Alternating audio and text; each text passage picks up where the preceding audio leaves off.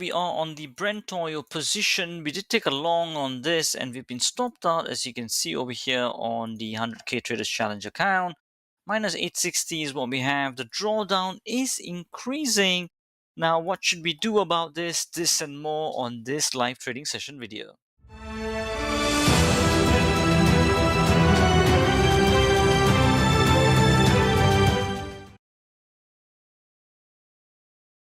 Hi traders, thank you for joining the Master the Markets team in our live trading session video today and supporting us in our mission to spread the truth of trading and help you achieve consistent trading performance. It is Stu Naupan here, founder of Master the Markets Elite Trades Conference and the Traders Open Day. So here we are traders. So now we've taken this Brent oil trade, which was the last one that we took in our 100k Traders Challenge account. And we will review the other accounts as well. But just in a nutshell, what did we do over here? Let me just expand this out over here on Brent. And we had a longer term position here as well. Now, on Brent, what we actually did, right? So this is what we did. We took an entry on the phase one here. This was the recent update on our smart money indicator framework. You can see that that was your phase one that has happened. Signal came here, and then we took that based on higher time frame correlation as well. Entry at 87.83, target point here roughly at 89.77, 85.13 stop loss, right? And then as the trade progressed, traders, you can see then the next bar, it did come back against us. At that point, we had an opportunity to trail our stop loss to here, but at the same time giving it room to move towards its target. However, in this case, it did stop us out, as you can see over there, right? So that's what then resulted in that loss over there. Still all risk managed and everything, less than 1%, which you can see 860 loss. All right. Overall, we are still up 4,238, 4.2% still up. Now, however, we should be keeping track of our wins and losses. Now, the doubt may come in the mind saying that, is this drawdown going to increase? How should we really look at this, right? Now, the first thing is you have to put up the equity curve and look at it. So let me just go through that over here. So that is what we got here. So we got all the trades all logged in here. Results, let's take a look. Now, this is where we had to put everything down on the spreadsheet here. Let me go on the left hand side. So we first record each trade, right, which I've shown in the previous videos as well.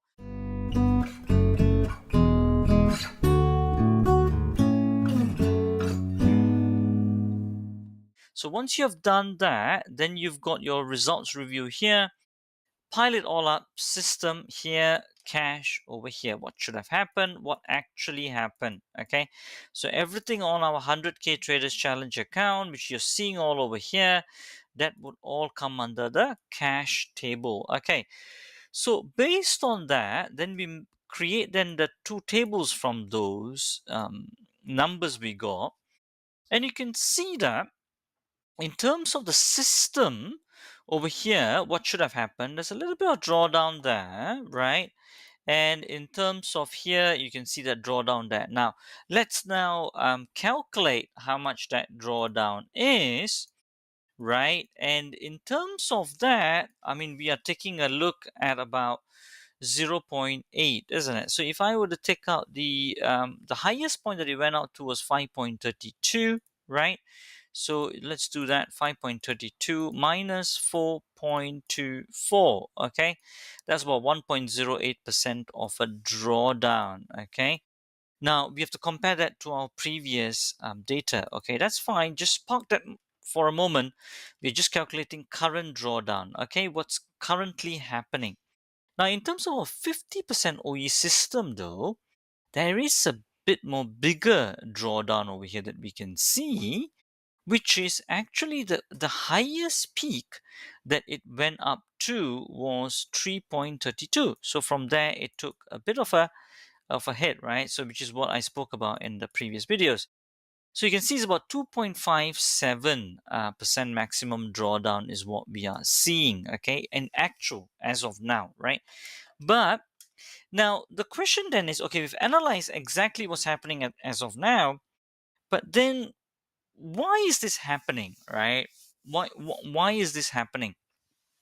Now, one of the reasons for the 50% OE strategy is that if I were to go back to here, onto the charts, you can see that on the 50% OE strategy, why is this actually happening? First of all, on the 50% OE, remember, just want to clarify that whatever you saw over here, that's on the 20% OE strategy, okay? The other one is the 50% OE.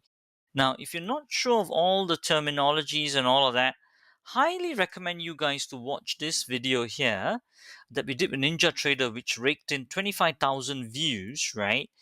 And watch this one, right? 3 critical stats on Ninja Trader account. Also, the other one that I just did yesterday, I got invited again by them. 422 views just in one day. It's got, watch that one as well, right? And you can see the comment here. The guys are saying that this is one of the best videos they've ever seen. So highly recommend that. A lot of years of research in that.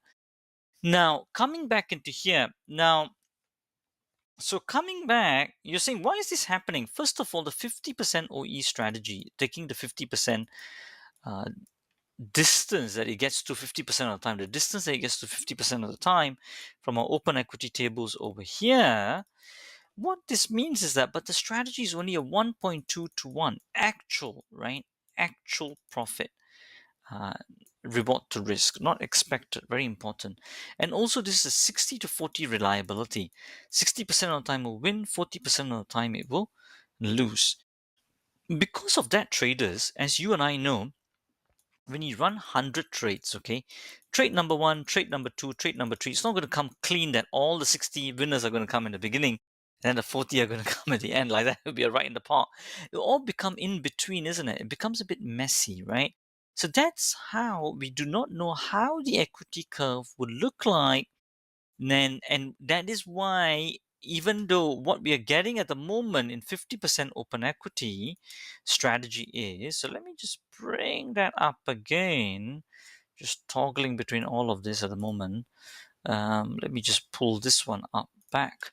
There you go. So over here, what's happening is that we had a nice steep rise over here, right? Nice clean, but over here the losses are coming back in again, right? It's a bit of a continued drawdown because we don't know how that 40 losers comes interspaced inside the 60. Okay, when we looked at our proof of concept account that we published on FX book, it was like this, the later part of the curve, right? But right now it's still doing that and taking that out. Okay, that's what's currently happening. And that's the reason why it's happening, because that 40 losers can happen in any way. It can come in and intersperse, can come in a cluster fest, and then the rest of the 60 winners can come up to push this up further. So that is why this is happening. So first of all, not really much to panic, but then you may say, okay, Tiru, then what's the solution to this? How do I stop it from taking out the last valley? How do I make it keep going up and up, not take out the last drawdown? What's the solutions to this? Or should I even alter this first strategy that we are doing on a 50% OE and let it continue to run? So the solution to this is, first we got to look back at our previous equity curve, okay, which was in the testing. So let me go back to our testing over here that we have done.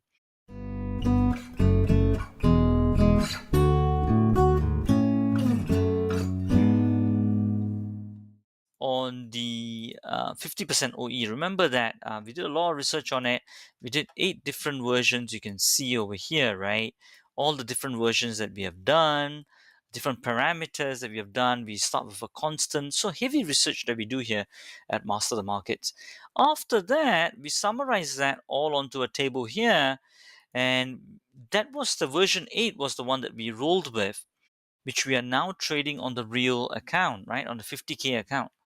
Now, this is the reference point. So the solution is that first, compare your actual results, what's happening at the moment, right? Which is over here. Compare your actual results, what's happening at the moment, to your backtesting results. Okay, so if I were to go back into here again, and then you can see, then what am I really analyzing here? I'm analyzing the drawdowns. Two really big drawdowns happen here in the backtesting. This one's all quite small, but if I were to look at the main maximum big drawdowns, I can see there are 2 points here. One is here, another one is there. That's what I've written here. Maximum drawdown of 454 pips, because these were all in pips over here. Overall, over 10 years, it has made 3,614. Analyzing the drawdowns here at 10 pounds a pip, that's about 36,140. Just on a few instruments that we're taking a look at, we haven't scaled it up. Now, maximum drawdown traders, what we're looking at is 454, right? From trade 26 to 36, what we are looking at. So you see, when I point my cursor there, you can see it, trade number 26, all the way to trade number 35, right? 35, 36. Now, that was at 100 pips of 1% risk, 454 divided by 100, that's 4.54%, isn't it? So let me just edit that very quickly. 4.54% drawdown. And then here, the next drawdown here was 427, that's about 4.27% drawdown. So when I compare that to what is currently happening, right, which is over here, I can see my drawdown is only 2.57. Okay, so we're still fine. That's for the first thing in terms of the solution. You compare it to your previous backtesting equity curve. Okay, your previous backtesting equity curve.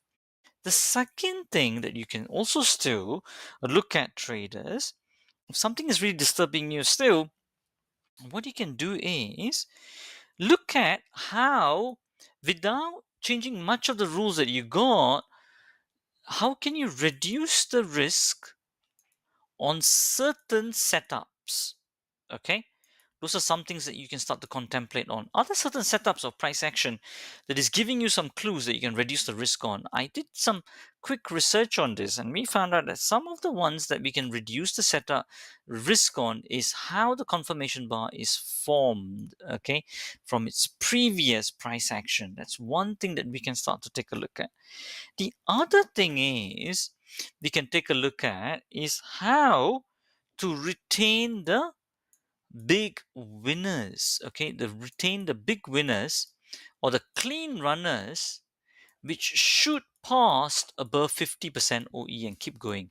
How do we retain them and let them run so that some of them, and most of them which do not run, they can hit the 50% OE and come back, but the ones which are letting them run, how do we choose them? Can we have a better selection for them?